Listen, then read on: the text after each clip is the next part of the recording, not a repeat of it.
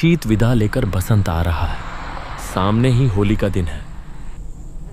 शनिवार और रविवार मिलाकर 3 दिनों की छुट्टी।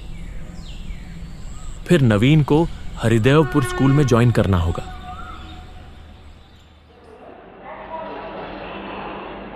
नौकरी का पत्र हाथ में मिलते ही अगले दिन सुबह शियालदह से ट्रेन पकड़कर नवीन हरिदेवपुर पहुंचा।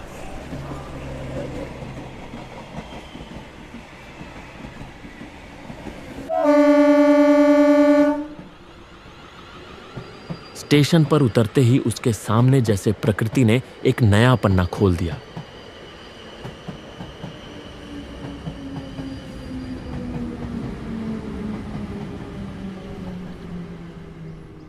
चारों ओर फैले धान के खेत, जिन पर अब भी सर्दी की छाप बाकी थी। सरसों के खेतों में पीले फूल जैसे सिर हिलाकर उसका स्वागत कर रहे थे।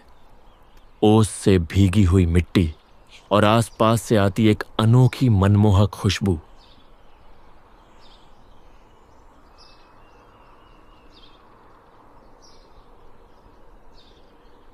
नवीन ने कुछ लोगों से रास्ता पूछकर स्कूल की ओर कदम बढ़ाए।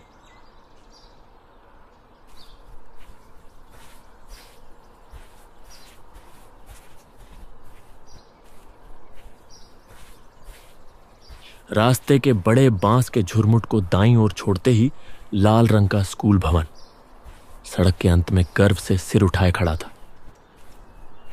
स्कूल के सामने एक विशाल तालाब था, पीछे आम और कटहल का बागान। स्कूल में छुट्टी थी, कोई नहीं था। सिर्फ दरबान पराण से मुलाकात हुई। घर किराए पर लेने की बात सुनकर पराण ने कहा, गांव में कौन किराया देगा सर, सब अपने ही घर में रहते हैं। नवीन के सिर पर जैसे पहाड़ टूट पड़ा। इस छोटे से गांव में अब वह कहां जाएगा? बड़ी मुश्किल से मिली सरकारी नौकरी छोड़ना भी नामुमकिन था। नवीन दोपहर तक गांव की गलियों में भटकता रहा।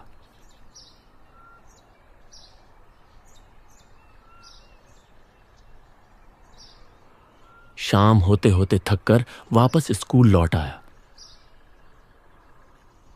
खिड़की के बाहर गुलाल रंग का सूरज डूब रहा था। कुछ देर तक उस ओर देखते ही नवीन की आंखें चमक उठीं।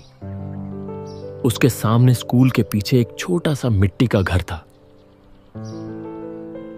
आंगन में सूखे पत्तों का ढेर। देखकर ही लग रहा था कि वहां कोई नहीं रहता। स्कूल की बरामदे के एक कोने में पराण बैठा था। नवीन को उस ओर बढ़ते देख पराण बोला, वह घर अच्छा नहीं है, वहां आप नहीं रह पाओगे। क्यों? हफ्ते भर के लिए व्यवस्था कर दो, उसके बाद मैं कहीं और घर ढूंढ लूंगा। असल में हरिदेवपुर से नवीन के रहने की जगह 12/7 की दूरी करीब 2.5 घंटे की थी। रोज ट्रेन से इतना लंबा सफर करना मुमकिन नहीं था, इसलिए स्कूल के आसपास ही कोई घर खोजना जरूरी था। नए मास्टर की हालत देखकर पराण ने कुछ देर सिर खुजलाया और फिर बोला, वो नीरेन मास्टर का घर है, लेकिन क्या? बहुत साल पहले नीरेन मास्टर अपनी बेटी के साथ उस घर में रहते थे, लेकिन अब वहाँ कोई नहीं रहता। पूरी तरह से वीरान है। उस घर के रहने वाले कहाँ गए, यह बात पराण ने किसी भी तरह साफ नहीं बताई।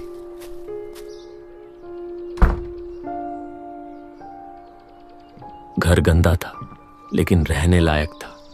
अंदर एक खाट, एक टेबल और दीवार पर नीरेन मास्टर की बेटी की एक बड़ी सी जड़ी हुई तस्वीर टंगी थी। पराण उस तस्वीर की ओर देखते हुए बोला, सर, इस तस्वीर को मत निकालिएगा, मास्टर जी ने बड़े शौक से बनवाया था। नवीन ने सिर हिलाया। आसपास थोड़ा घूमकर उसने कहा, कुछ? परान, क्या तुम इसे साफ कर दोगे? कुछ पैसे रख लो। लेकिन पराण की नजर उसके हाथ में पकड़े 100 रुपए के नोट पर थी। लालच रोक नहीं सका और दिन रहते ही उसने पूरा घर साफ कर दिया।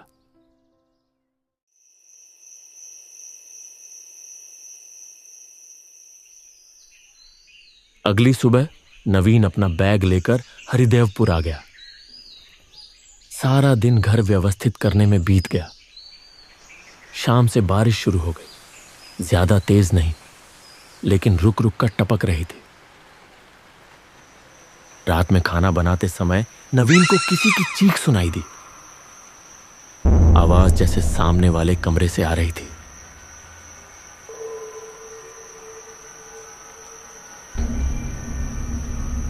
नवीन धीरे धीरे आगे बढ़ा।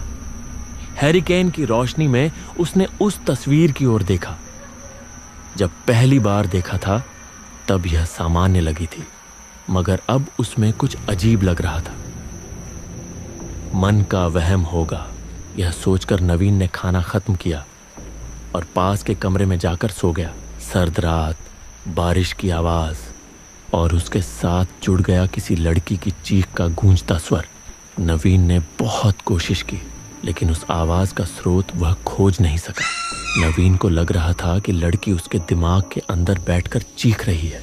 उसने तकिया कानों पर दबाकर किसी तरह लेटने की कोशिश की।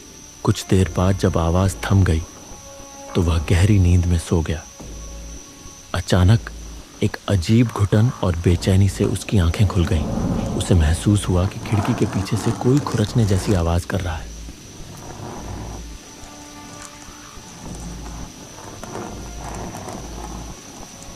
शोर इतना असहज था कि नवीन खाट पर जड़वत बैठ गया। लकड़ी की खिड़की पर अब भी साफ साफ खरोंचने की आवाज आ रही थी। खाट पर बैठे बैठे ही कांपती आवाज में उसने पूछा, कौन? खरोंचने की आवाज कुछ सेकंड के लिए रुकी, लेकिन फिर पहले से भी तेज हो गई।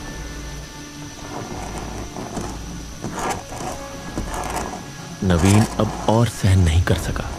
उसने हैरिकेन की लौ तेज की और दोनों हाथों से खिड़की के पल्ले खोल दिए। उसी क्षण बारिश से भीगी ठंडी हवा कमरे में भर गई।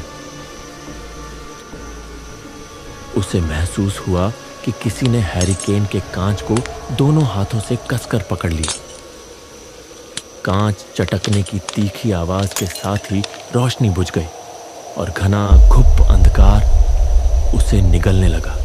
बाहर भी घना ठोस अंधकार पसरा था।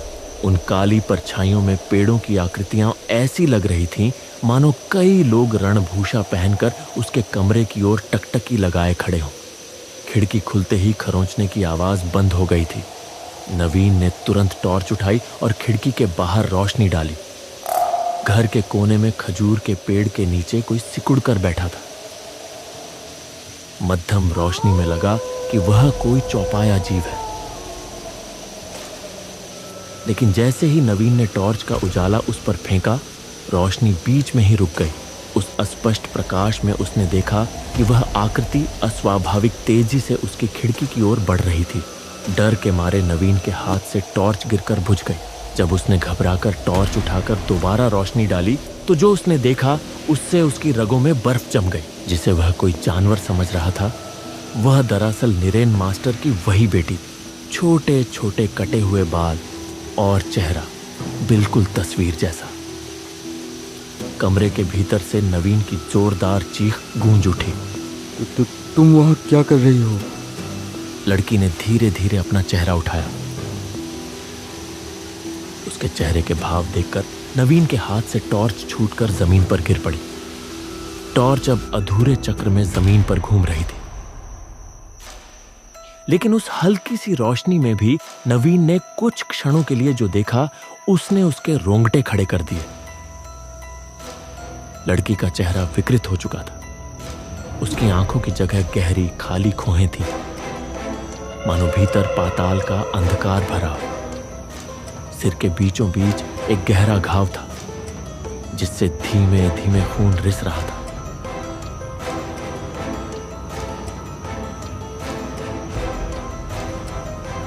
उसके होंठ खींचकर कानों तक चौड़ी डरावनी मुस्कान में